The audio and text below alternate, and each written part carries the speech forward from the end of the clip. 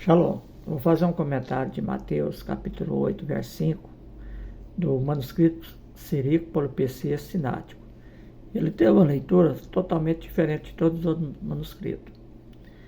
Aquela passagem onde o Mashiach curou o leproso e aproxima dele na sua Bíblia diz que foi um centurião. Centurião é um homem que comanda 100 homens. No caso aqui do manuscrito Polipecês, aqui diz que era um homem que comandava 1000.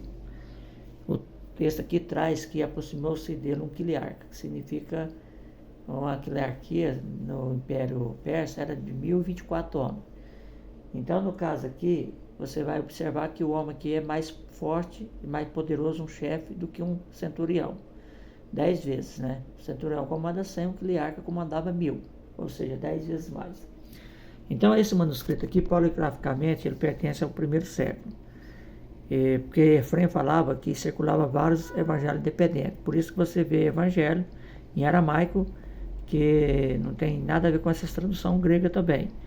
Porque no caso aqui ele tem leitura que ele não está de acordo com os outros manuscritos aramaicos e nem com um manuscrito grego. Então ele não vem de fonte grega, então ele surgiu de uma fonte mais independente. Porque assim falou Efrem, o sírio. Então, quando a gente fala sobre manuscrito datado antigo, muitas pessoas veem que aquele papiro de PS52 com a datação do ano 125.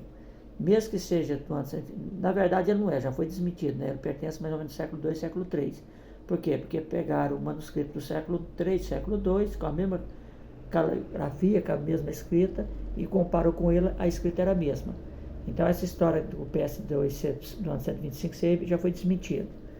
Então quando você fala de manuscrito aramaico, a pessoa acha que postar uma obra grega antiga vai provar que o original era aquela língua grega. Porquanto, muitos anos até a descoberta de Qumran, as cópias gregas da Torá eram mais antigas do que as cópias em hebraico. E alguém duvidava que a Torá, o Tanakh, foi escrito em hebraico? Lógico que não. Então isso não vem ao caso. Mesmo as cópias gregas sendo mais antigas que as próprias cópias aramaicas, não se provava, né?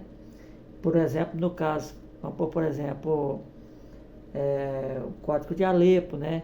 Que é mais novo do que as cópias gregas. Aí quando saiu a descoberta de Qumran, aí as cópias aramaicas se tornaram mais antigas do que as cópias da Septuaginta grega. Então, quer dizer, mesmo assim, nunca se lançou dúvida que a Torá foi escrita em hebraica, devido às cópias gregas, até no momento não tinha prova de a cópia mais antiga do que as gregas. Então você tem um manuscrito grego antigo, talvez mais antigo, por exemplo, vou citar um exemplo. O Código de Carburos, ele é datado do século XI. Então quer dizer que ele vem de uma fonte grega, porque ele é bem mais novo que todas as fontes gregas? Lógico que não, porque para desmentir isso, até o próprio seu Colofão fala que ele pertence a uma cópia da era da Grande Perseguição. A Grande Perseguição ocorreu por Nero, no ano 65. E, portanto, você pode observar que os livros que ele tem a menos e algumas passagens, alguns textos que não se encontram nesses outros manuscritos, que falta nele, mostra que ele pertence realmente a uma cópia bem antiga. Então, ele foi copiado. Então, isso é besteira. Como eu já expliquei, esse manuscrito papiro não foi desmentido como sendo do ano 125. Então, vocês que apostam nisso aí, que ele é um papiro mais antigo que os manuscritos aramaicos, primeiro que ele não é, e depois ele não serve de base, porque poligraficamente o Síriaco Sinático ele pertence a uma escrita do primeiro século.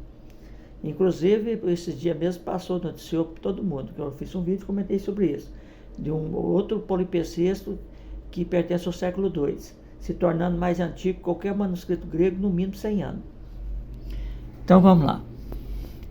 Eu vou fazer a leitura aqui, ó. Batar halin kareb le kilarka, weban hawa mine.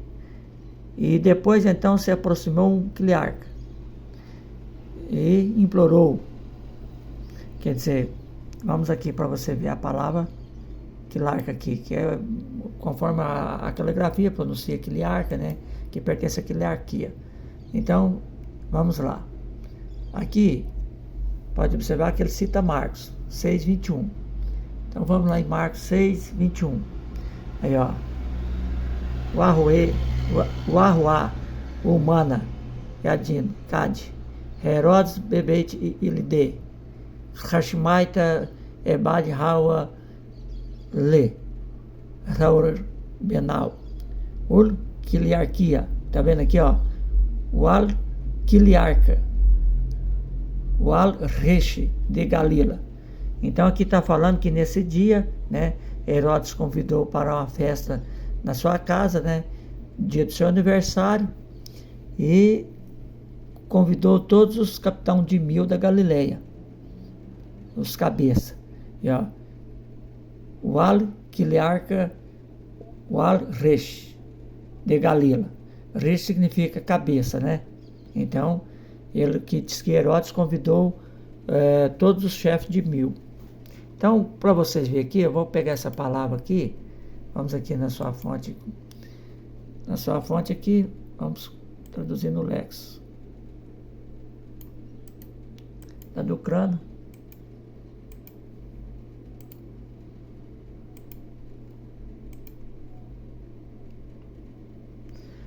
Capitão de 1000, tá vendo? Então aqui no texto aqui do Antigo Ciríaco, aqui está dizendo que não se aproximou dele foi um centurião, mas sim um homem que tinha 1000 homens, ou seja, um centurião comanda 100, um quiliarca comanda 1000. Então, para vocês verem como a leitura do manuscrito ciríaco polipectês sinático é bem diferente de todos os outros manuscritos. Então aqui se registra que se aproximou dele um quiliarca, um cabeça de 1000, e não um centurião. Shalom, da Ritraotes. Isso é para vocês verem como os manuscritos antigos siríacos têm leitura totalmente diferente das que vocês conhecem por aí.